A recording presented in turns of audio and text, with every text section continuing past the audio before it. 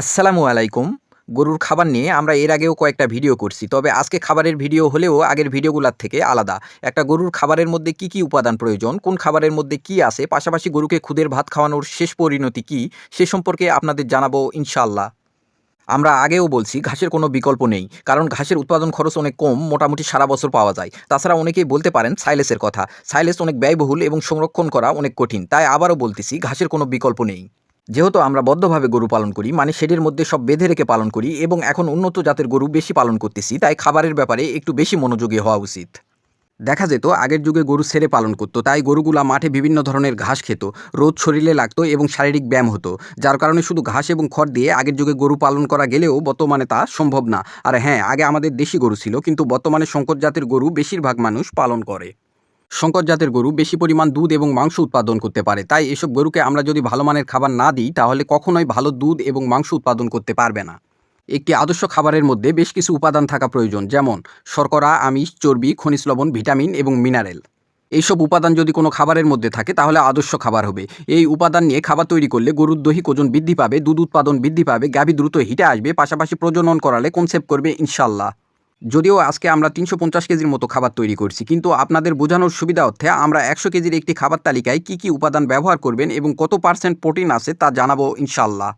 ভুট্টা ভাঙ্গা ২০ কেজি, গমের ভুসি ১০ KG, soybean ২০ KG, rice polish ১৫ KG, ধানের কুড়া ১০ কেজি, অ্যাঙ্কর ১০ কেজি, মসুরের ভুসি ১০ কেজি, আয়োডিনযুক্ত লবণ ১ KG, DB ১ KG, DCB powder ১ KG, limestone powder ১ KG, খাবার সোডা ১ কেজি।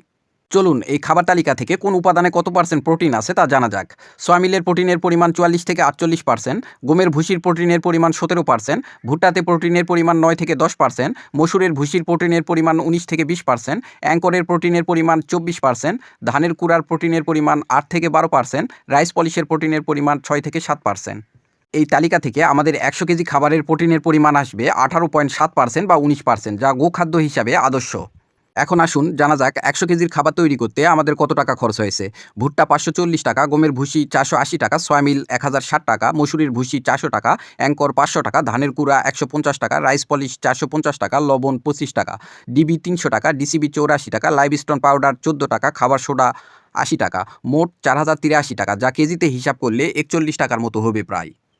গরুর জন্য এইটাই সবথেকে ভালো মানের খাবার। কি কি উপাদান ব্যবহার করলাম সব আমাদের জানা, যা বাজারের রেডি ফিডের থেকে বেশি ভালো। আবার কেজি প্রতি ১০ থেকে ১৫ টাকার মতো সাশ্রয় হবে, কিন্তু একটু পরিশ্রম করে কিনে এনে মিশ্রণ করতে হবে, এই আর কি।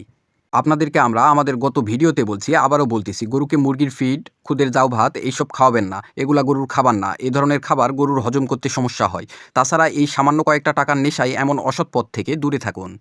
তো যাই হোক, গত কয়েকদিন আগে আমাদের বাড়ির পাশেই একজনের গরুর পেট হঠাৎ ফুলে ওঠে, খাওয়া দাওয়া বন্ধ করে দেয়, পাশাপাশি প্রস্রাব পায়খানা করা বন্ধ করে দেয়। তৎক্ষণাৎ অবস্থায় অনেক চিকিৎসা দেওয়ার পরও গরুটার অবনতি হচ্ছিল।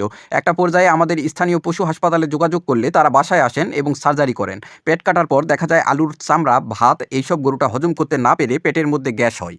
গরুর মালিকের ভাষ্য এমন ছিল, উনি তার গরুকে ২ দিন যাবৎ খুদের জাউ ভাত দিতে পারেনি, তাই ওই দিন একটু বেশি করে খুদের জাউ ভাত দিছিল। তাছাড়া গরুটা ৪ মাসের গর্ভবতী ও এলএসডি রোগে ভুগতেছিল। চিকিৎসকরা তাদের জায়গা থেকে যথেষ্ট পরিমাণ চেষ্টা করার পরও একদিন পর গরুটা মারা যায়। একটা দুঃখজনক ব্যাপার হচ্ছে, বিভিন্ন জটিলতার কারণে আমাদের পুরা ভিডিওটা দেখানো হলো না। দোয়া করবেন আল্লাহ তাআলা যেন আমাদের ব্যবসায় বারাকা দান করে এবং সৎপথে পরিচালনা করার তৌফিক দান করে। আজকে এই পর্যন্তই। ভালো থাকবেন, সুস্থ থাকবেন। আসসালামু আলাইকুম।